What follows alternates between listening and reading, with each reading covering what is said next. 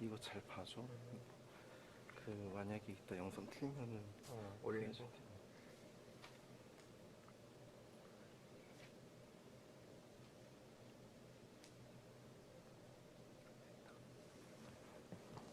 지금 나오나요?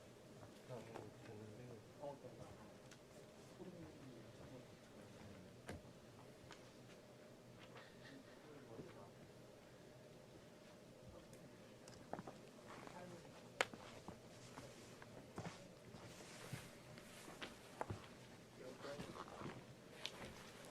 여기서 봐야 조정이 쉬울 것 같아서.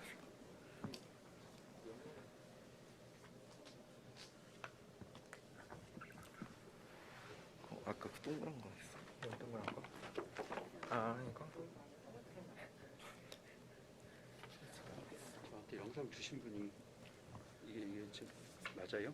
우리들의 일상이 TGC 네. 이스타에그가 호브라더스 아니에요. 아닌 이게 아닌 것 같은데? 이게 우리들의 일상성 TGC 맞는데 이거 이스택은 호우 맞아요. 브라더스고. 맞죠? 네, 이거 맞고. 애프터스쿨. 네, 이것도 맞습니다. 그리고 이거 말고 하나 있는 거 있잖아요. 이거는 뭐 사다리 타기 뭐 네, 영상 첫 번째 했다고 이거 처음에 할 때 플레이 해주면 되고 순서대로. 근데 제가 편집 프로그램으로 봤을 때는 이게 그 프로그램 화면상에서는 굉장히 좀 조그만하게 나와가지고 실제로 틀어봐야지 알 것 제가 같아요. 한번 틀어봤는데 크게 나오더라고요. 아, 그래요?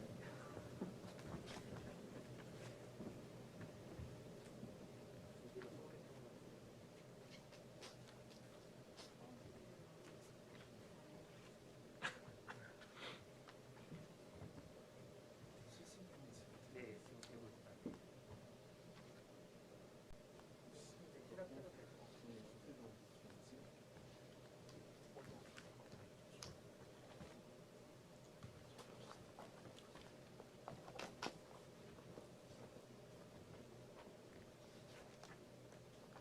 되고 있어요. 가방 거기다 줘.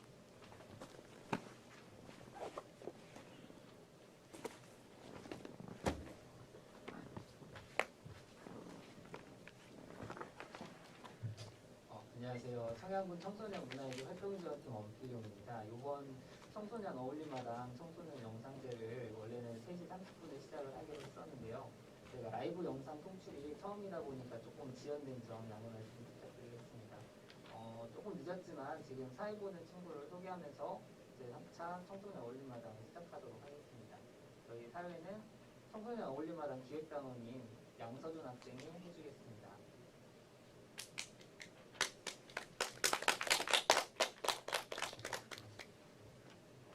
인사드리겠습니다. 사회를 맡은 청소년 어울림마당 기획단원 양서준입니다. 코로나19 확산 방지를 위해 좌석 간 거리를 한 칸씩 뛰어 앉아주시고 마스크를 꼭 착용하여 주시기 바랍니다. 또 원활한 행사 진행을 위해 휴대폰은 꺼주시거나 매너 모드로 바꿔주시기 바랍니다. 지금부터 2020년 제3차 청소년 어울림마당 청소년 영상제를 시작하도록 하겠습니다. 다음으로 청양군 청소년 문화의 집 황우원 관장님의 환영사가 있도록 하겠습니다. 박수로 환영해 주시기 바랍니다.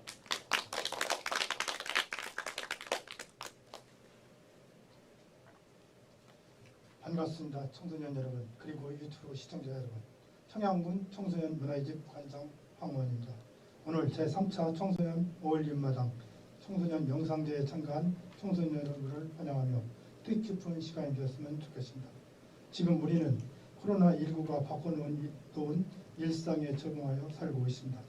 학교에 가지 않고 집에서 온라인으로 수업을 듣고 실내뿐만 아니라 야외 활동도 제한되어 마음 편히 갈 곳이 없습니다. 평소에 잘 쓰지 않던 마스크는 우리에게 신분증보다 더 중요한 외출 필수품이 되었고 어딜 가든지 방문자 기록 정보는 당연하게 여겨지고 있습니다. 불과 1년 전만 하더라도 상상조차 하지 못한 일이었습니다. 앞으로 시대는 지난 1년간 바뀐 우리 삶보다 더 크고 더 많은 변화가 있을 것입니다. 말로만 듣던 제4차 산업혁명 시대의 도래와 함께 1인 미디어 시대가 눈앞에 펼쳐질 것입니다. 우리가 상상하고 꿈꾸었던 일들이 현실로 마주하게 될 것입니다. 청소년 여러분, 더 많은 꿈을 꾸고 더 많이 상상하십시오. 그것은 청소년만이 누릴 수 있는 특권입니다. 그리고 그 꿈과 상상을 마음속 깊이 간직하고 실현을 위해 노력해 주시기 바랍니다. 여러분의 인생의 좌표가 될 것입니다. 누구나 인생을 살아가다 보면 방향을 잃을 수가 있습니다. 중고등학교 때부터 대학 입시에 매달리지만 결과가 좋지 않을 수도 있고 그토록 원하던 대학교에 입학했다 하더라도 대학 생활이 즐겁지 않을 수 있습니다.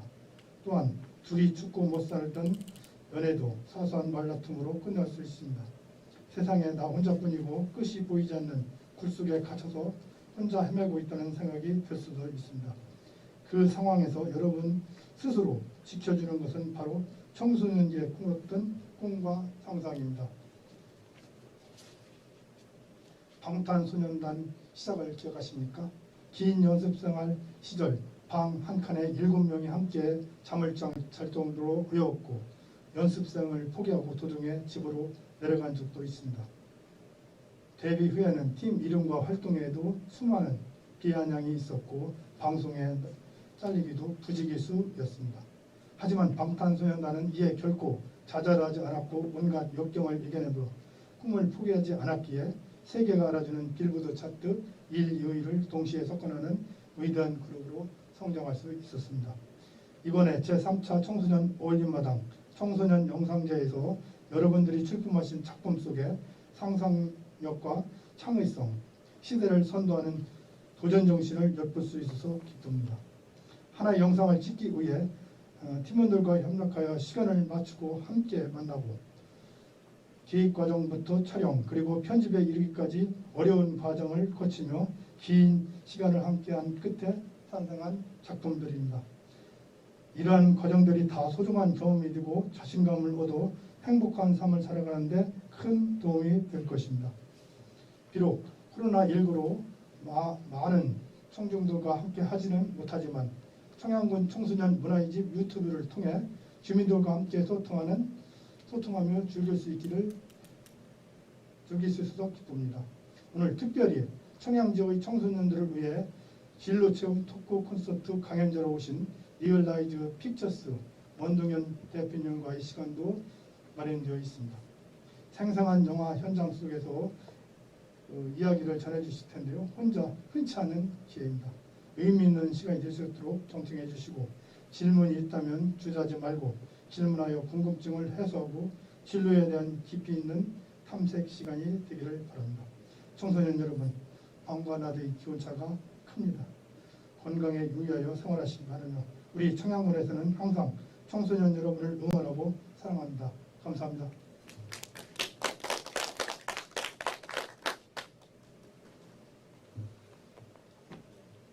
청양군 청소년 문화의 집 황원 관장님의 말씀 잘 들었습니다.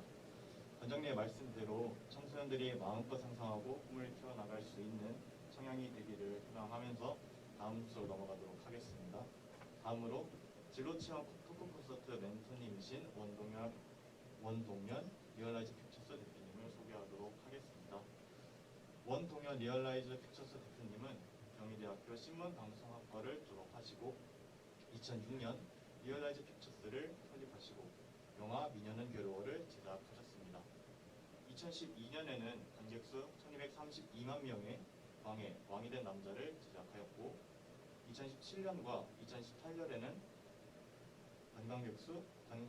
관객수 1441만 명의 신과 함께 저하 볼편, 관객수 1227만 명의 신과 함께 인과 연편을 제작하셨습니다.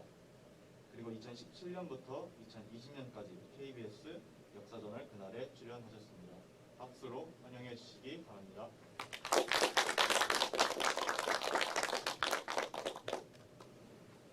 청소년 영상제는 청소년 3인이 한 팀으로 신청하여 각각 영상 기획 촬영 교육, 영상 편집자 교육, 영상 후 보정 교육을 받은 후 최종 출품한 작품을 한데 모여 상영하게 되었습니다.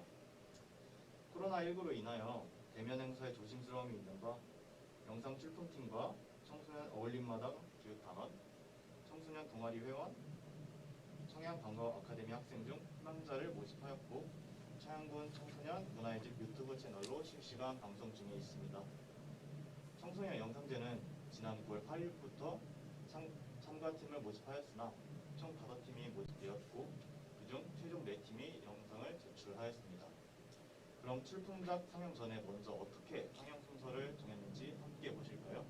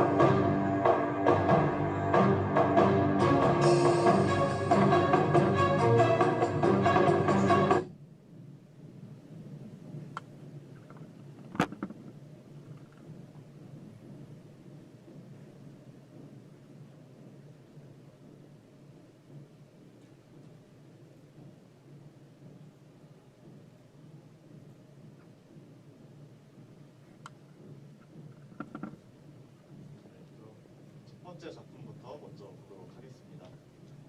지금부터 보실 작품은 TGC 팀이 제작한 우리의 일상 수업입니다. TGC 팀은 청신여자중학교 1학년 윤신혜 학생과 친구들이 함께 했다고 합니다. 한글날을 기념한 특집 방송으로 순 한국어로만 방송하는 영상을 보았다고 합니다. 영상 속의 인물이 틀리는 것을 보며 재미있었지만 한국어인 줄만 알았던 말이 외래어라는 것과 평소에도 많은 외래어를 사용하고 있다는 점에서 많이 놀랐다고 합니다. 이에 외래어에 대해 경각심을 느끼고 우리말을 사용했으면 하는 생각에 이러한 영상을 촬영했다고 합니다. 함께 보시겠습니다.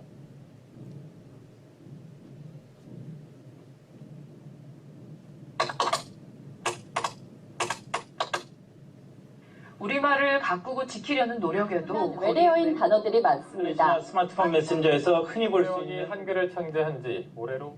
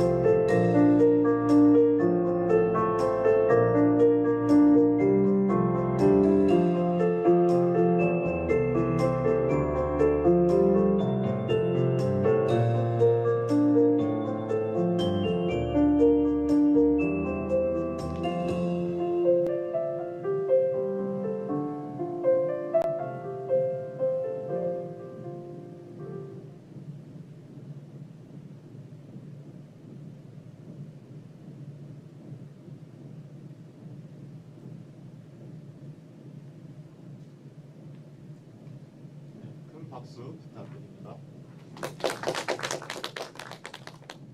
다음 두 번째로 작품을 보도록 하겠습니다. 두 번째로 보실 작품은 호호 형제팀이 제작한 마인크래프트 이스터 에그입니다. 호호 형제팀은 청양초등학교 6학년 양호재 학생과 그 동생 청양초등학교 3학년 양호진 학생이 함께 했습니다. 휴대폰 게임을 하다가 재미있는 장면이 있어서 영상을 촬영했고 다른 청소년들과 함께 즐기고 싶어서 영상을 제출했다고 합니다. 친구와 마인크래프트라는 게임을 하다가 친구가 숨겨놓은 이스터 에그를 너무 빨리 찾아버린 내용이라고 합니다. 함께 보도록 하겠습니다.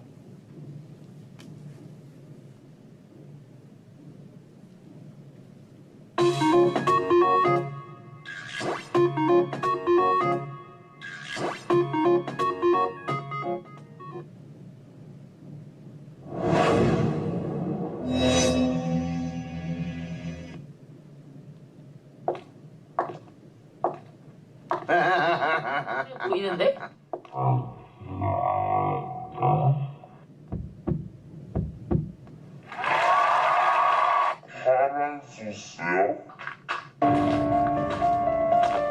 저게 이스트에그야?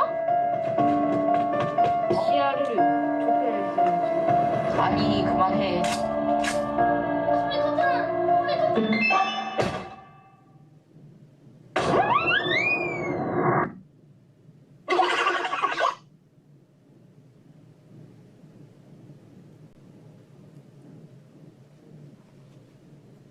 큰 박수 부탁드립니다. 다음으로 세 번째 작품을 보도록 하겠습니다. 지금 보실 세 번째 작품은 청양 청소년 팀이 제작한 소녀상 제막식입니다. 청양 청소년 팀은 지금 사회를 보고 있는 제 친구들이 함께 했습니다. 지난 8월 17일에 청양초등학교 사거리 공원에서 청양 평화의 소녀상 제막식이 있었습니다. 그때 저와 친구들이 자원봉사자로 참여를 했었는데요. 그때의 모습을 영상으로 담아보았습니다. 함께 보도록 하겠습니다.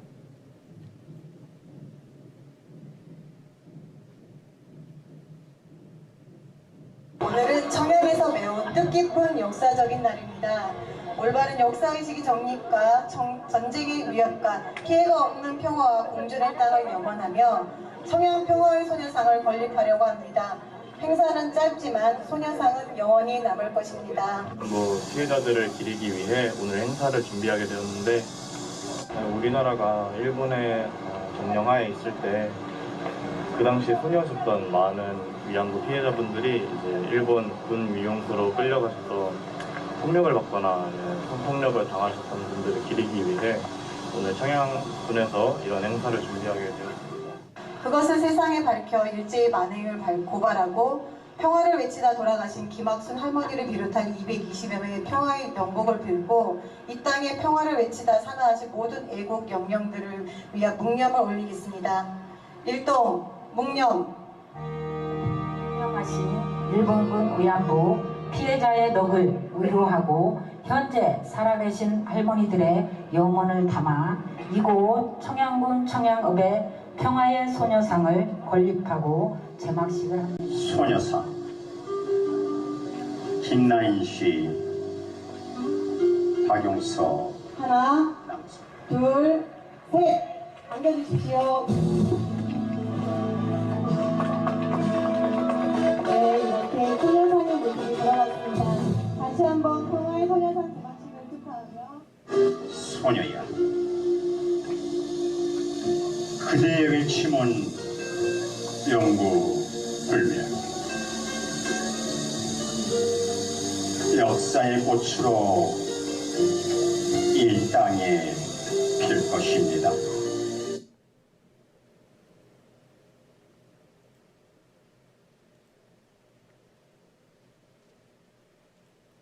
큰 박수 부탁드립니다. 다음 네 번째로 마지막 영상이 될 것 같은데요. 네 번째 작품은 방과후 클라스 팀이 제작한 우리들의 가짜 사나이입니다. 방과후 클라스 팀은 청양중학교 2학년 장미서 학생과 친구들이 함께 했다고 합니다. 요즘 유튜브에서 유명한 가짜 사나이를 패러디하면서 코로나19로 힘든 시기를 겪는 우리들에게 코로나 예방 수칙을 알기 쉽게 설명하고 배려하는 마음을 갖게 하려고 연출했다고 합니다. 함께 보도록 하겠습니다.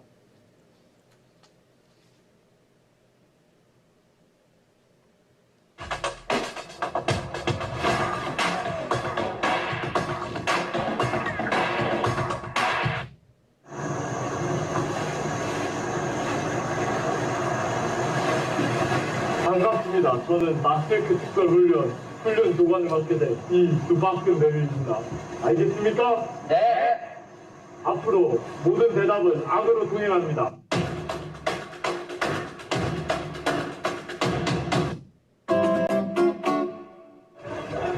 전원 입수!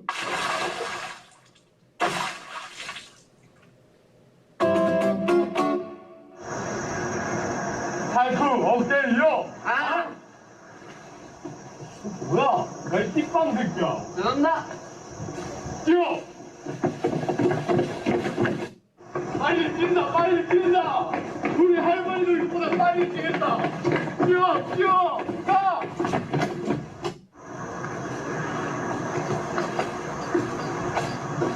누가 마스크를 내려? 너 인성에 문제 있어? 아닙니다. 한 번만 더 그러면 그땐 반으로 죽일 거야. 아!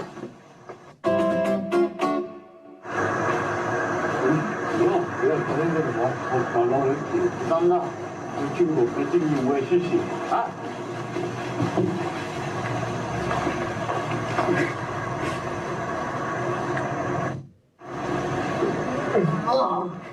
괜찮다. 빡해. 웃지 마. 뛰면 죽는데 웃음이 나. 죄송합니다. 뻗쳐. 빨리 올려.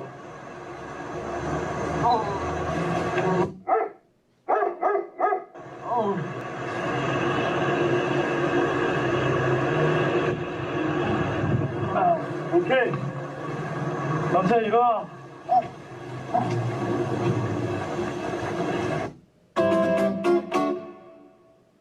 이상으로 마스크 특별 과정을 마칩니다. 현재 전 세계가 코로나로 많이 힘듭니다.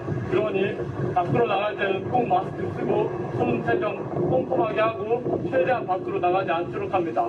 그럼 이만 전원태교.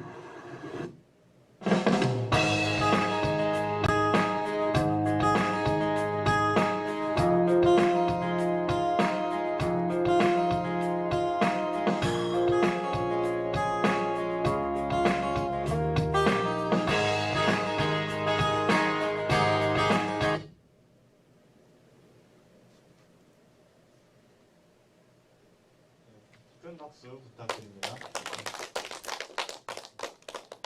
네, 이상으로 청소년 영상제의 출품한 작품 상영을 모두 마쳤습니다. 이제 잠시 쉬는 시간을 가진 후 2부 순서인 진로체험 특구 콘서트를 진행하도록 하겠습니다. 감사합니다.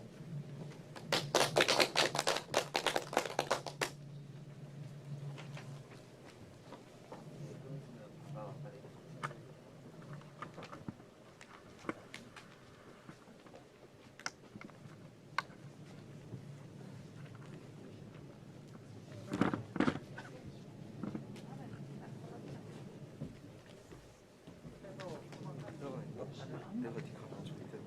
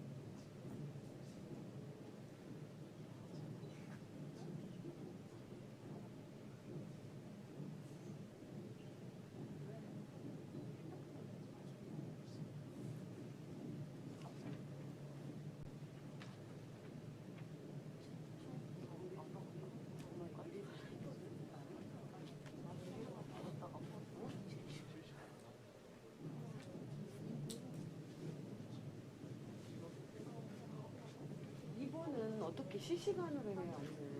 이것도 다 실시간으로. 실시간으로 해야 실시간으로 들어가고 저걸로 이제. 들어오라고.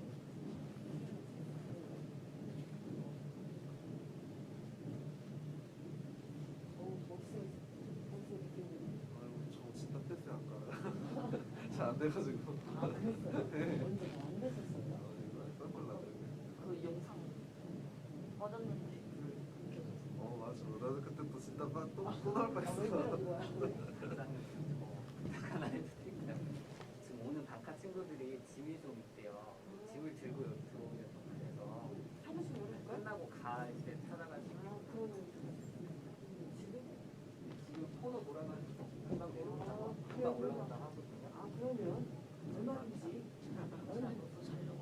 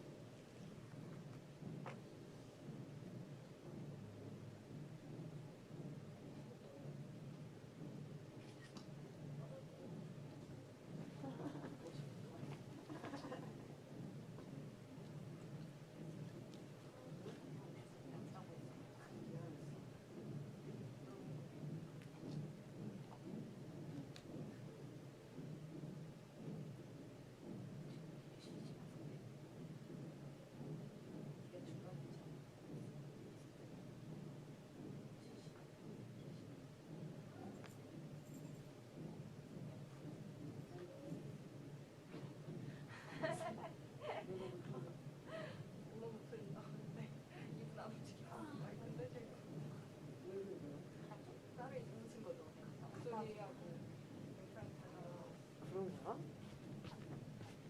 네, 준아.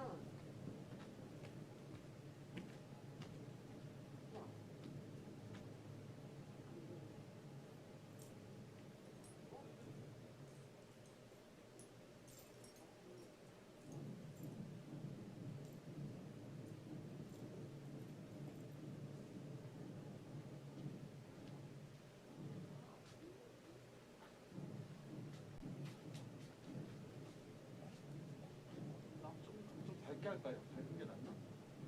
편하신 대로 여기 송출팀이 원하시는 대로.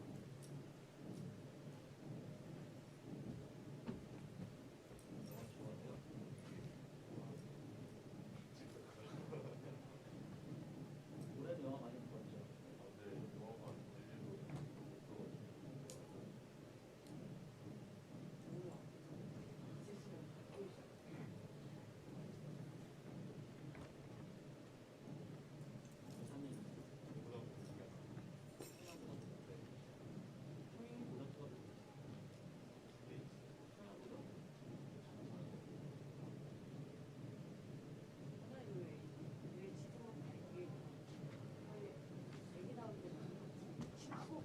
약간 설명을 해야 되니까 너무 밝으면 왜 애기 얼굴이 안 나왔을까?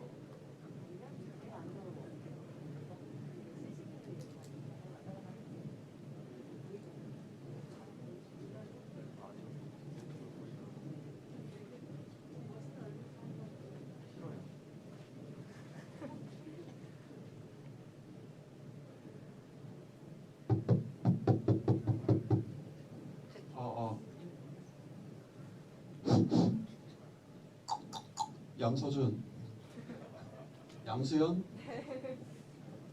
출석 부르는데 대답을 안 하네. 소리 어때? 너무 크지? 너무 작진 않나?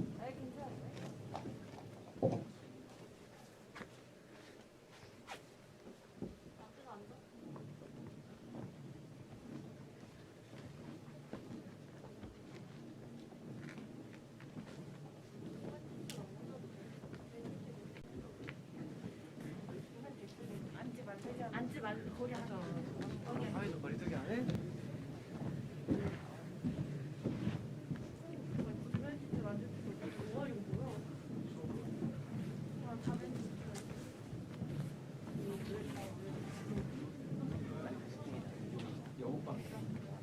질문하려면 좀 앞에 가지고 자, 여러분 한 칸씩 띄어서 앉습니다. 자, 요 순서대로 이렇게 또 그다음 짝수로 앉자. 짝수 자리 앉아봐.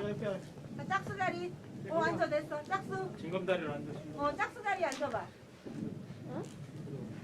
한 칸씩 띄어. 짝수 자리에 딱 앉으면 세 번째 들어가지. 2, 4, 6번. 아니야, 지원아. 옆에 한 칸씩 더. 없어, 거기 자리? 여기. 아니. 이 자리.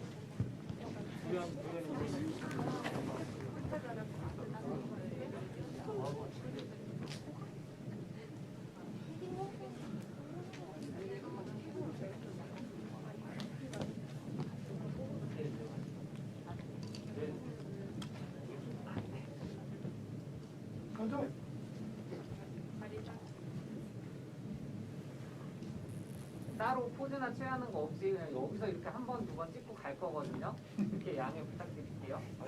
네, 그냥 전체적으로 마스크, 아니 마스크 찍고 한 번만 마스크 쓰고 찍겠습니다.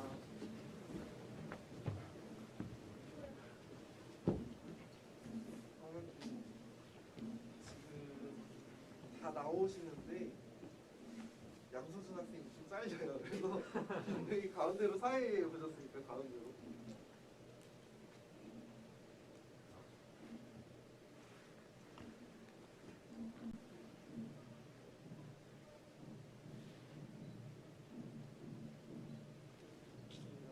하나, 둘, 셋.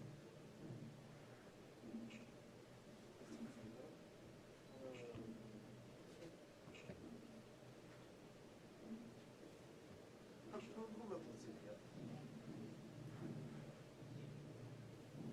하나, 둘, 셋.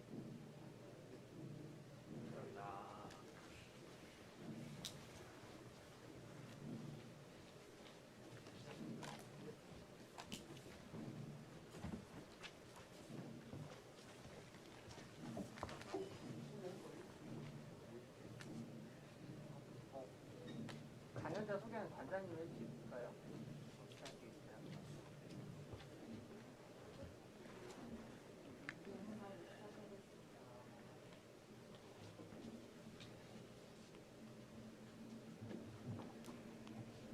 그럼 지금부터 2부 행사인 진로체험 영화인 초청 콘서트를 시작하도록 하겠습니다.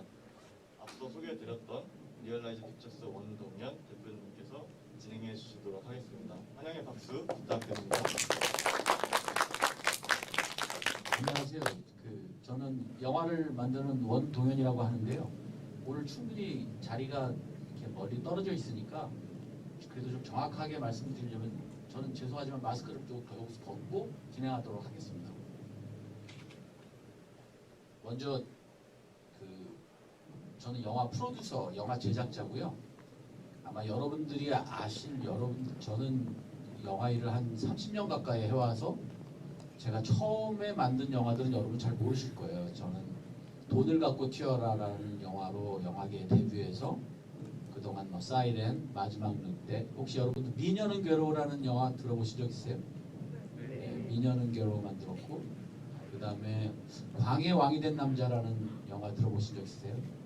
네, 광해 왕이 된 남자를 만들었고, 그 다음에 여러분들이 아마 이 영화는 보셨을 것 같아요. 신과 함께 재화벌, 신과 함께 인과야, 그거 만들었고, 지금 올 연말이나 내년 초에 소지섭 주인공인 자백이라는 영화의 개봉을 앞두고 있어요. 그리고 신과 함께를 드라마로 만들려고 하고 있어요. 신과 함께 시즌제 드라마를 만들려고 준비하고 있고, 그다음에 지금 네이버 웹툰에서 연재 중인 전지적 독자 시점이라는 웹툰이 있는데 그걸 영화, 드라마, 애니메이션으로 만들려고 준비하고 있어요.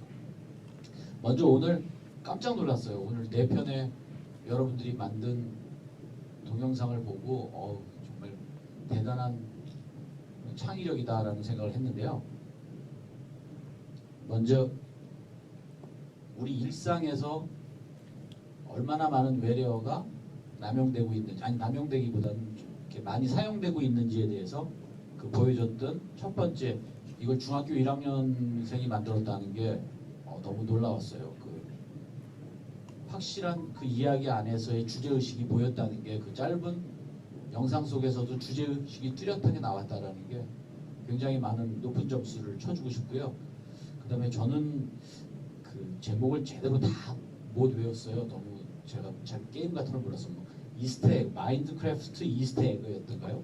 그거는 사실 인물이 하나도 안 나오는 동영상임에도 불구하고 굉장히 재기발랄하게, 그것도 초등학교 형제가 만들었다는 게 저는 대한민국의 앞으로 이 이야기 산업의 미래가 되게 밝겠구나라는 느낌을 받았고요. 또 그 4가지가 4편의 영화들이 다, 4편의 동영상들이 다 신기했던 게 다 각각의 장르를 갖고 있었어요. 세 번째는 다큐멘터리 형식을 가졌던 소녀상 제막식도 그 짧은 시간 안에 그 소녀상 제막식을 통해서 전달하려고 하는 주제가 분명히 잘 보여서 높은 점수를 주고 싶고, 우리들의 가짜 사나이는 마치 예능의 한 프로그램을 보는 것처럼 그 자막 처리라든지 그 영상에서의 보여지는 그 재치가 아주 돋보였다고 생각되고요. 근데 한 가지 아쉬운 거는 1번, 2번, 3번이 만든 사람들을 엔딩 크레딧에다가 맨 뒤에다가는 여기에 참여한 사람이라든지 만든 사람들을 꼭 이렇게 엔딩 크레딧을 만드는 게 되게 중요한데, 그 만든 사람들에 대한, 그게 사실은 그 영화를 만들거나 드라마를 만들거나 영상물을 만들 때 그게 하나의 여기 참여한 사람들이나 또 만든 사람들에 대한 자부심이거든요. 자부심이기 때문에 4번째 작품은 그 엔딩 크레딧이 있었는데, 다음에 혹시 이런 기회가 있으면 여러분들이 그 엔딩 크레딧을 꼭 넣어주시는 걸 머릿속에다가 유념해 주시기 바랍니다. 저는 평생 영화를 만들어 왔어요. 대학교를 신문방송학과를 졸업했는데 원래 나는 개그맨이 되고 싶었었어요. 나는 원래 개그맨 지망생이었는데 개그맨을 하려고 시험을 봤는데 내가 너무 흥분을 해가지고 너무 연기를 막 너무 오버하면서 연기를 해가지고 난 연기자는 안 되겠구나 해가지고 시나리오를 썼어요. 시나리오를 썼는데 그 첫 번째로 썼던 그 시나리오가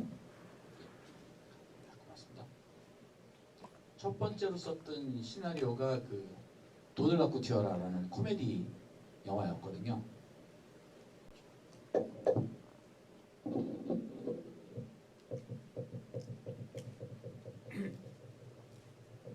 네, 첫 번째로 썼던 시나리오가 운 좋게도 영화가 됐어요. 영화가 돼가지고 그 이후로 계속해서 영화를 만들게 돼서 지금까지 11편의 영화를 만들었어요. 근데 내가 오늘 사실 여기 청양까지 와서 여러분들에게 꼭 해드리고 싶은 얘기는 뭐 내가 어떤 영화를 만들어서 내가 어떻게 살아왔고 이런 얘기를 하고 싶기보다는 얼마나 이 스토리 산업이, 이야기 산업이 매력적인 산업이라는 거에 대해서 여러분들에게 좀 말씀드리려고 왔어요. 제가 영화를 처음 시작할 때는 영상물을 만든다는 게 너무너무 어려운 일이에요. 돈도 많이 막 카메라도 있어야 되고 여기 그 영상물을 찍기 위해서는 조명 장비도 있어야 되고 동시녹음도 해야 되고 또 그걸 또 다 해서 필름도 있어야 되고 막 아니면 뭐 16mm 찍건 아니면 뭐 비디오 카메라로 찍더라도 많은 비용과 많은 시간과 많은 돈이 들었어요. 근데 그렇게 만들었다고 해도 그걸 틀 수 있는 플랫폼들이 없었어요. 그걸 뭐 극장에서 우리 영화를 받아줄 것도 아니고 텔레비전에서 그 우리의 작품들을 받아줄 것도 아니고 해가지고 자기가 아무리 창의력이 뛰어나서 어떤 영상물을 만든다고 그래서 그것을 보여줄 만한 공간이 플랫폼이 거의 불가능했어요. 그래서 영화를 만든다는 건 하나의 권력이었어요. 근데 지금은 오늘도 영상물을 봤지만 지금은 이제 어떤 여러분들의 창의력을 여러분들의 어떤 재기발랄한 창의력을 발현하고 만들고 그것을 상영하는 데 있어서의 그 어마어마했던 권력과 비용과 시간이 이제 굉장히 적은 비용과 적은 시간과 적은 인원으로도 내가 갖고 있는 창의력을 얼마든지 보여줄 수 있는 시대가 됐어요. 그래서 지금 저도 이제 조금 도와주고 있지만 핸드폰 영화제라고 해가지고 이제 핸드폰으로 영화를 찍어가지고 그것을 상영하는 곳도 있고 또 지금은 뭐 누가 그런 영화제가 아니더라도 자기가 영상물을 찍어서 유튜브라는 곳을 통해서 그것을 상영하게 되면 수많은 사람들이 그 자기가 만든 영상물을 보고 좋아요를 눌러주고 구독을 하면서 자기를 알릴 수 있는 이제 그런 시대가 됐다고 저는 봐요. 그래서 그 여러분들이 앞으로 미래에 이런 스토리 비즈니스에 관심을 가지시는 게 전 되게 중요하다고 봐요. 저는 미녀는 괴로라는 영화를 만들었는데 미녀는 괴로는 일본 만화가 원작이에요. 일본 만화 칸나상 다이세코 데스라는 칸나상 대성공입니다라는 일본 만화를 가지고 제가 영화를 만들었는데 그 영화가 한국에서 코미디 영화 사상 1등을 했어요. 코미디 영화 사상 1등을 하면서 굉장히 큰 히트를 했는데 혹시 여러분들은 모르시지만 그 영화 속에 마리아라는 노래가 있어요. 마리아 아베 마리아라는 노래가 있는데 그 영화 음악이 그 노래를 제가 영화를 만들 때 우리 음악 감독이 대표님 우리 영화에는 이 마리아라는 노래가 너무 잘 어울릴 것 같습니다. 그래서 이 마리아라는 노래를 그 판권을 저작권을 구매해가지고 우리 영화에 삽입했으면 좋겠습니다. 그래서 오케이. 그래서 제가 그 마리아라는 노래의 저작권을 갖고 있는 소니 뮤직에다가 이렇게 물어봤어요. 물어봤더니 영화에 사용하는 권리는 5천만 원. 그 다음에 음원이라 그래가지고 그 마리아로 활용할 수 있는 모든 권리를 사는 데는 1억이라고 그랬어요. 근데 내가 생각할 때 그 당시가 2006년도였는데 아니 이 마리아라는 노래는 1980년대 내가 대학교 다닐 때 블론디라는 그룹의 데보라 헬이라는 여가수가 부른 노래인데 이걸 젊은 친구들이 알 수가 있을까? 이건 뭐 그냥 이거 이렇게 비싸게 노래 한 곡을 이렇게 비싸게 주고 사가지고 무슨 뭐 도움이 될까? 그리고 영화에 사용할 수 있는 권리만 5천만 원 주고 샀어요. 근데 영화가 끝나고 마리아가 난리가 났어요. 지금 여러분들이 보고 있는 페이스북 같은 옛날에 싸이월드라는 게 있었어요. 싸이월드의 모든 배경음악이 마리아. 그 다음에 통화 연결은 마리아, 칼라링 마리아, 노래방에서 마리아, 광고에 마리아, 라디오에서 마리아. 마리아라는 노래가 엄청 히트를 쳤어요. 그래서 1년 있다가 미국에서 저를 찾아왔어요. 도대체 한국에서 무슨 일이 있었길래 지난 10년간 전 세계에서 벌어들인 저작권 수익료보다 많은 돈이 지난 1년간 한국에서 왔다. 마리아라는 노래가. 도대체 무슨 일인지 우리가 알아봤더니 니네가 미녀는 괴로라는 영화에다가 마리아라는 노래를 썼는데 그게 대히트를 쳐서 우리가 어마어마한 수익이 생겼다. 그래서 저한테 작은 선물을 주고 가면서 앞으로도 우리 노래를 많이 써주길 바란다 라고 갔어요. 이게 저작권의 힘이에요. 지금 여러분들 제가 말했던 전지적 독자 시점이라는 네이버 웹툰이 있는데 이게 원래는 웹소설이에요. 웹소설인데 이게 네이버에서 전지적 독자 시점이라는 웹툰으로 서비스가 됐어요. 웹툰으로 서비스가 됐는데 그 웹툰으로 서비스 되면서 그 전지적 독자 시점이라는 웹툰을 본 사람들이 이거 재밌는데 하면서 다음 이야기를 먼저 보고 싶어서 웹소설을 구매해서 사기 시작했어요. 그래서 지난 7월, 8월 2달 동안 작가가 한 30억 정도 수익을 벌어들였어요.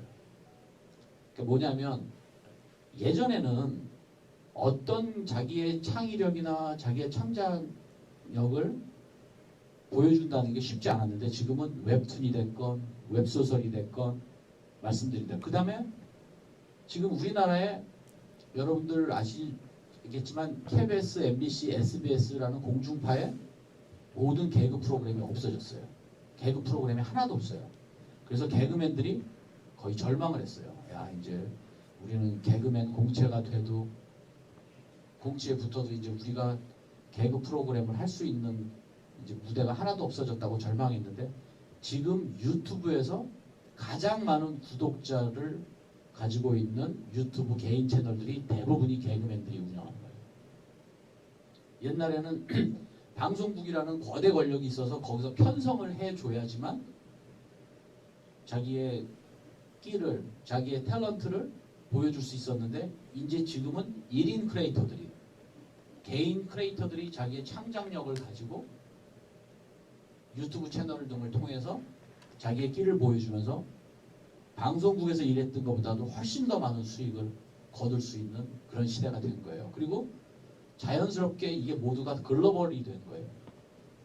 예전에는 KBS, MBC, S가 한국에서만 봤는데 이제는 우리가 영화를 만들고 드라마를 만들면 그게 넷플릭스로 가건 이제 앞으로 나올 디즈니 플러스가 가건 한국의 웨이브 전부 전 세계 서비스 다 하거든요.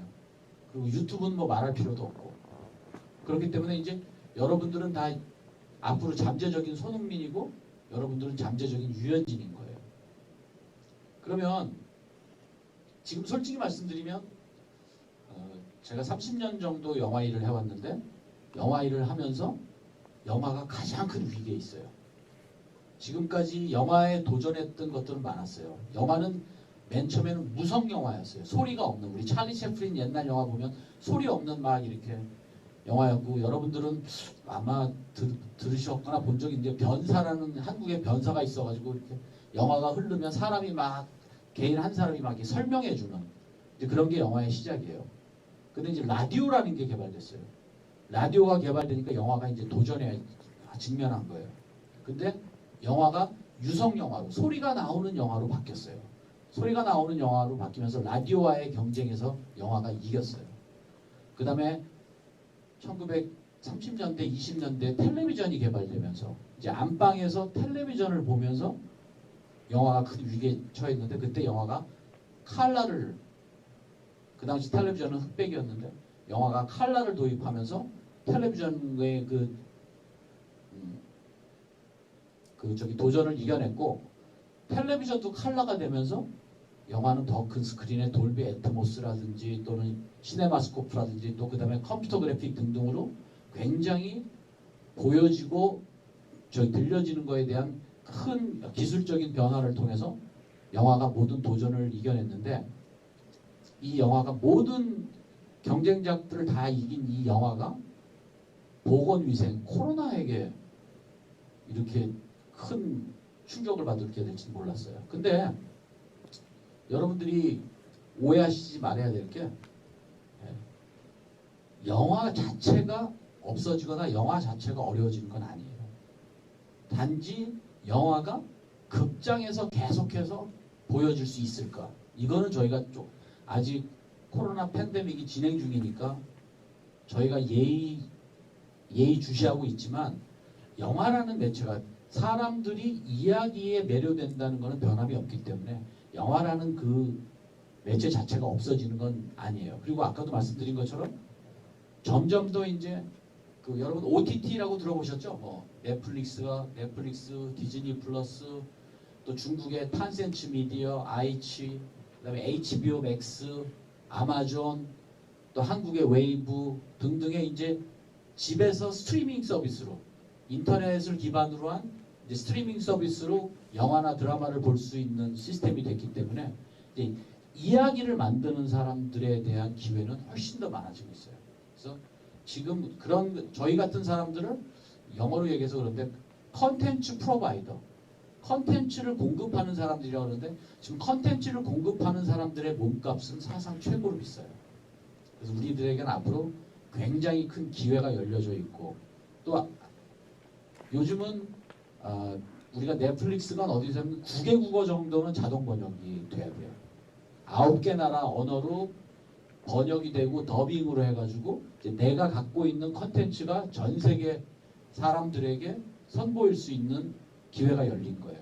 그래서 지금 여러분 세대에서 이 이야기 산업에 들어온다면 우리는 사실은 90% 이상을 한국 시장을 보고 만들었어요. 그러다가 이제 해외 시장으로 가기 시작했는데 지금 한국 영화를 한 단계 업그레이드 시킨 영화가 부산행이에요. 여러분들 혹시 저 부산행 보신 분 있으세요? 저기 부산행 보신 분. 전 세계에서 좀비를 주먹으로 때려 죽인 사람은 마동석밖에 없어요. 좀비는 총으로 쏴도 안 죽는데 마동석이 주먹으로 때려서. 그 부산행이 전 아시아에서 1등을 했어요. 전 아시아에서 1등을 하면서 해외 관객들이 특히 아시아 관객들이 야 한국 영화가 재밌네? 한국 영화가 매력있네? 라고 느껴서 한국 영화의 단가가 올라가기 시작했어요. 그 다음에 그게 2016년이고 2017년도에 신과 함께 재화벌. 신과 함께 재화벌이 전 아시아를 또 휩쓸었어요. 제 자랑하는 것 같지만 어쨌든 신과 함께 재화벌이 저 부산행의 기록도 깼어요. 그 다음에 2018년도에 신과 함께 인과연. 또 신과 함께 인과연이 또 아시아 휩쓸었어요. 그리고 2019년도에 극한직업. 사실은 코미디가 같은 문화와 정서를 갖고 있지 않은 외국에서 성공한다는 게 되게 어렵거든요. 근데 극한직업은 아시아 시장에서 완전히 성공을 했어요. 그리고 2020년 한국 영화의 한 획을 그은 기생충. 기생충이라는 영화가 칸누와 아카데미를 두 큰 영화제를 석권하면서 한국 영화의 위상이 완전히 올라가 있는 상황에서 아쉽게도 이제 코로나를 맞이하게 됐죠. 하지만 많은 영화인들과 창작자들은 이제 꼭 극장용 영화가 아니더라도 아까 말씀드린 것처럼 OTT용 영화라든지 또 시즌제 드라마 같은 것들을 만들면서 이제 새로운 시대를 준비하고 있는 거죠.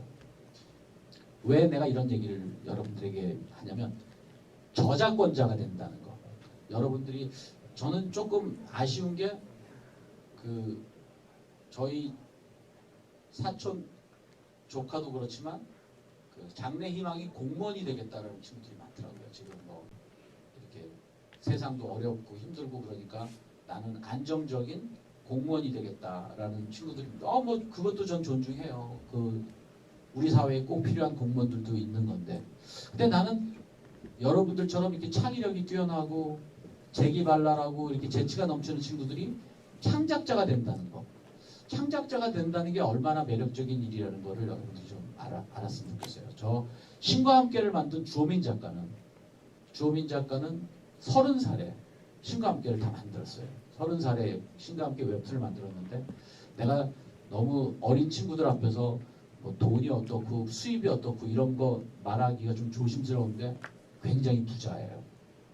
굉장히 부자로 살고 그리고 그뿐만 아니라 어쨌든 아까도 말씀드렸지만 뭐 전지적 독자 시점이 됐던 또 영화도 잘 만들고 흥행이 많이 되면 상당한 많은 부를 얻을 수 있어요. 이게 되게 좋은 게 뭐냐면 우리가 엄마 아버지는 열심히 뭐 식당이든 어디 가게에서 일하면 하루 종일 열심히 일하셔서 돈을 버는데 창작자가 되면 자기는 창작물만 딱 만들어 놓으면 자기는 아무 일도 안 해요. 예를 들면 영화를 만들었다고 하면 제가 영화를 극장에다가 이렇게 영화 그거를 저희가 이제 DCP라고 그러거든요. 영화에서 상영할 수 있는 것들 DCP만 딱 전달하면 저희는 아무 일도 안 해요.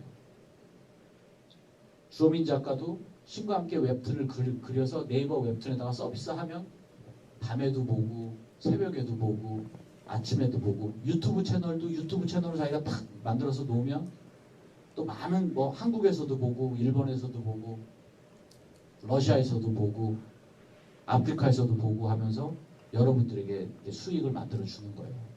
그래서 창작자가 그리고 그 저작권이라는 거는 여러분이 죽고 난 다음에 50년까지도 여러분들의 가족에게 전달됐습니다. 저작권은 거의 그러니까 이 창작물 아까 말씀드린 것처럼 마리아라는 노래 하나가 얼마나 큰 저작권자로서의 수익을 발생시키는 거에 대해서 여러분들이 생각하셔서 난 여러분들이 창작자가 됐으면 좋겠어요. 여러분들이 여러분들만의 나만의 이야기, 나만의 음악, 뭐 나만의 웹툰, 나만의 소설 이런 것들을 만들면 그게 영화도 될 수 있고 드라마도 될 수 있고 애니메이션도 될 수 있고 뭐든지 다 만들 수 있는 또 새로운 플랫폼과 새로운 디바이스들, 새로운 기기들이 계속 개발되면서 굉장히 다양한 방식으로 유통되고 소비될 수 있다는 것들을 여러분들이 좀 알았으면 좋겠어요. 저는 참고로 43살에 돈을 처음 벌었어요. 그러니까 저는 43살이 될 때까지 영화 해가지고 돈을 못 벌었어요. 만드는 영화마다 망했어요. 만드는 영화마다 망해가지고 이제 미녀는 괴로를 만들 때가 2006년도 내 나이 43살인데 그때까지 내가 아버지한테 좀 도움을 받았어요. 저희 아버지한테 이렇게 아버지 좀 도와주십시오. 그때 내가 애가 3명이었거든요. 제가 딸만 3명인데 딸 셋을 키워야 되는데 정말 제가 무능해가지고 그때까지 돈을 못 버니까 아버지한테 조금씩 손을 벌리고 뭐 다른 알바도 하고 막 그랬는데 그때마다 우리 아버지가 나한테 초등학교밖에 안 나온 지혜비 등골 빼먹는 기생충 같은 새끼라고 했어요. 나한테. 그래서 내가 작년에 나온 기생충이 4개인가 해가지고 내가 안 보려고 하다가 기생충을 봤는데 여러분 혹시 유승용이라는 배우 아세요? 유승용이라는 배우가 있는데 유승용이라는 배우가 저랑 광의 왕이 된 남자를 만들었거든요. 근데 이 유승용이라는 배우도 한 43살까지 이 친구도 무명이었어요. 여러분 혹시 난타라는 거 아세요? 난타? 네. 이 난타가 넌버벌이라고 해가지고 말이 없는 이 공연이거든요. 그 난타 공연 멤버로 10년 동안 일을 했어요. 10년 동안 일을 했는데 아들 둘에 결혼한 가장인데 도저히 자기가 난타 해가지고는 수입으로는 가족들을 건사할 수 없어서 연극해가지고 뭐 돈도 못 벌고 해가지고 은사님을 찾아갔어요. 서울예대를 나왔는데 이 친구가 서울예대 때 자기를 가르쳤던 은사님을 찾아가서 선생님 저는 이제 연기를 그만둬야 될 것 같습니다. 더 이상 저에게 연기는 사치인 것 같습니다. 저는 이래가지고는 가족들을 벌어먹일 수가 없습니다. 라고 했더니 선생님이 탁 책을 던지셨대요. 그 유승용 배우한테 책을 던지면서 야 이놈아 모든 꽃이 봄에만 피냐? 물론 꽃이 봄에 피면 좋겠지만 어떤 꽃은 여름에도 피고 코스모스는 가을에 피고 매화는 추운 겨울에 눈을 뚫고 피는 게 매화다. 네가 지금은 꽃망울을 터뜨리지 못하고 있지만 앞으로 너는 좋은 연기자가 될 거다. 그 믿음을 가지고 연기를 해라 라고 해주셔서 그 친구가 유승용이가 더 열심히 매진해서 지금은 대한민국을 대표하는 탑 클래스의 연기자가 됐어요. 그래서 나는 여러분들도 저도 40살이 넘어서 조금 인정받기 시작했고 제가 여러분들에게 좀 그렇지만 제가 대한민국에서 1000만 영화를 유일하게 3개 만든 사람이 저 하나예요. 1000만 영화를 2개 만든 사람들은 좀 있지만 근데 제가 40살이 될 때까지 기생충이라는 소리를 들었다는 걸 여러분들이 좀 생각하시고 유승용도 겨울의 빛꽃이라는 거 광해의 주인공이 이병헌 씨예요. 그리고 신과 함께 강림 주인공이 하정우 씨예요. 저는 지금까지 11편의 영화를 만들었다고 했잖아요. 11편의 영화를 만들었는데 단 한 번도 11편의 영화를 만든 것 중에서 단 한 편도 첫 번째로 내가 생각했던 배우랑 영화를 만들어 본 적이 한 번도 없어요. 신과 함께 첫 번째로 시나리오를 줬던 친구는 김수현이라는 배우예요. 저는 김수현이라는 배우에게 그 당시 김수현이가 우리나라에서 가장 인기가 많은 배우였어요. 군대 가기 직전에. 그래서 내가 김수현에게 시나리오를 줬는데 김수현 씨가 다른 영화를 하겠다고 해서 우리 영화를 거절을 했어요. 그리고 두 번째로 줬던 배우가 김우빈 씨예요. 김우빈 씨에게 신과 함께를 제안했는데 그때 김우빈 씨가 아프었어요. 지금은 많이 좋아져서 지금 다른 영화를 찍고 있는데 아파서 그 친구가 못했어요. 그리고 세 번째로 선택한 친구가 하정우예요. 이병헌 씨도 광해 왕이 된 남자의 이병헌 그 역도 맨 처음에는 원빈 씨한테 줬어요. 원빈 씨에게 시나리오를 전달했고 두 번째로는 하정우 씨한테 줬는데 원빈 씨는 그냥 안 한다고 그랬고 하정우 씨는 다른 영화 일정이랑 겹쳐가지고 못했어요. 근데 세 번째로 이병헌 씨가 했어요. 그렇지만 얼마나 그 이병헌 씨나 하정우 씨가 연기를 잘했어요. 저는 11편의 영화를 찍으면서 한 번도 내가 생각했던 첫 번째 배우랑 영화를 못 찍어 봤기 때문에 저는 이제 거절당하는 거에 그렇게 속상해하지 않아요. 나는 그 거절을 거절이라고 생각하지 않고 최적의 파트너를 만들어가는 과정이라고 생각해요. 아마 여러분도 살면서 엄청나게 많은 거절들을 당할 거예요. 여러분들이 어디 공모에 대해서 안 되기도 할 거고 여러분들이 뭐 쉽게 얘기하면 원하는 대학을 못 갈 수도 있고 원하는 회사에 못 갈 수도 있고 원하는 일을 금방 못하게 될 수도 있어요. 근데 그럴 때마다 막 좌절하고 막 그럴 때마다 막 용기 잃고 실망하고 그러지 말고 그 거절이라는 게 거절당하는 게 내가 실패한다는 거에 증명이 아니며 내가 최적의 파트너를 만들어 가는 과정이라고 생각을 해야 돼요. 영화하는 사람들, 뭐 드라마 하는 사람들, 연기하는 사람들을 보면 그런 거절에 굉장히 익숙해요. 김하중 씨가 나온 미녀는 괴로워라는 영화가 있어요. 내가 김하중 씨를 완전 신인이었어요. 완전 신인인 여배우를 주인공으로 미녀는 괴로워를 만들었어요. 미녀는 괴로워를 만들었는데 영화가 완전히 대히트를 했어요. 코미디 영화 사상 역대 1등을 했어요. 그러니까 한국 언론과 평단과 동료 영화인들이 와, 원동현 용감하다. 원동현 진짜 용감하다. 어떻게 신인 여배우를 캐스팅해가지고 영화도 성공시키고 흥행도 성공하고 한국 영화계에 새로운 여배우를 수혈했다고 막 칭찬을 했어요. 근데 난 그 칭찬을 들을 때마다 굉장히 민망했어요. 왜 민망했냐면 내가 만약에 김하중 씨를 처음으로 선택한 여배우였다면 내가 칭찬받아 마땅하죠. 근데 제가 여기서 실명을 거론하지는 않겠지만 6명의 다른 여배우들이 거절한 작품이에요. 저는 이거 못해요. 저는 이거 할 수 없어요. 7번째로 선택한 여배우가 김하중이에요. 근데 김하중 씨가 얼마나 잘했냐고요. 제가 뭐 그냥 드리는 말씀이 아니라 여러분들이 앞으로 겪을 수 있는 많은 과정 중에서 이런 거절당하는 일도 많을 거고 자기가 생각한 대로 되지 않을 게 많을 거기 때문에 저는 여러분들이 그런 데에서 용기를 잃지 않았으면 좋겠어요. 그리고 난 여러분들이 막 새로운 것을 하는 거에 대한 두려움이 좀 없었으면 좋겠어요. 저희 딸이 있는데 저희 딸이 전주를 1박 2일 여행 가는데 그걸 네이버한테 물어봤어요.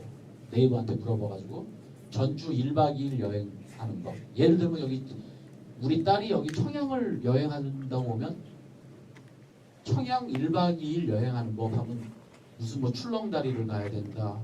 어디 뭐 저기 칠갑산 어디를 가야 된다. 이런 거 다 정해줄 거예요. 그러면 그 코스대로 이렇게 가요. 그리고 여러분들도 어디 찾아갈 때 뭐 이렇게 네이버 구글 맵 같은 거 찾아가지고 아마 최단 거리로 가고 그럴 거예요. 여기는 청양엔 지하철이 없지만 서울에서는 지하철에서 충무로역에서 예를 들면 사당역을 간다 그러면 충무로역에서 사당역 가는 거를 제일 막 다 이렇게 네이버나 지하철 노선도를 보고 다 찾아갈 거예요. 제가 광해의 왕이 된 남자를 만들고 이태리에 있는 피렌체 영화제에 초청을 받았어요. 광해의 왕이 된 남자가 피렌체 영화제에 초청을 받아서 이태리를 가게 됐는데 피렌체는 비행기가 직항으로 갈 수가 없고 로마를 거쳐서 가야 돼요. 인천, 로마, 피렌체 가는데 그때 로마 대학에 있는 한국어과 교수님이 로마 대학에 한국어과가 있어요. 근데 한국어과 교수님이 대표님 이왕 피렌체에 오신 김에 로마에 잠깐 들리셔서 우리 로마 한국어과 학생들하고 광해 왕이 된 남자를 같이 보시고 GV라고 그래가지고 게스트 비지트 관객과의 대화를 좀 해달라고 했어요. 그래서 영광입니다. 유럽에서 한국어를 배우는 학생들이 있다는 것만으로도 고마운데 우리 영화를 봐주시겠다 그러니까 너무너무 감사합니다. 그리고 로마 대학에 가서 학생들하고 광해 왕이 된 남자를 봤어요. 그랬더니 그 로마 대학 교수님이 저희가 사례를 해야 되는데 이게 갑자기 이루어진 일이라서 저희가 대표님에게 사례할 건 없고 그 대표님 시간이 없으시고 내일 다시 한국으로 가셔야 되니까 하루만 시간이 있으시니까 저희가 로마를 속성으로 하루 만에 이렇게 볼 수 있는 여행 코스가 있으니까 저희가 그걸 준비했으니까 그냥 대표님 내일 아침 몇 시에 로마역 몇 번 플랫폼으로 오시면 거기 버스가 있을 테니까 그 버스 타시면 그냥 하루에 로마 명소를 다 보는 수가 있습니다. 그래서 제가 그 버스를 탔어요. 버스를 탔는데 그때 다 대부분이 한국 배낭여행객, 대학생들이 배낭여행 온 친구들이 대부분이었고 몇몇 나이 드신 한국분도 있었지만 그래서 제가 그 버스를 탔어요. 그 버스를 탔더니 애들이 다 버스에 있는 텔레비전으로 엠넷에 있는 뮤직비디오를 보고 있는 거예요. 그리고 핸드폰으로 네이버를 보고 있고 그리고 그 친구들이랑 하루 종일 다니면서 이렇게 몇 번 물어봤는데 니네 어디서 자니? 그랬더니 한국 민박집에서 잔대요. 그래서 왜 한국 민박집에서 자니? 그랬더니 아침을 한식을 준대요. 민박집에서. 그래서 한국 민박집에서 그래? 다 끝났는데 또 자기들끼리 모여서 치맥을 한대요. 근데 내 속으로 생각했어요.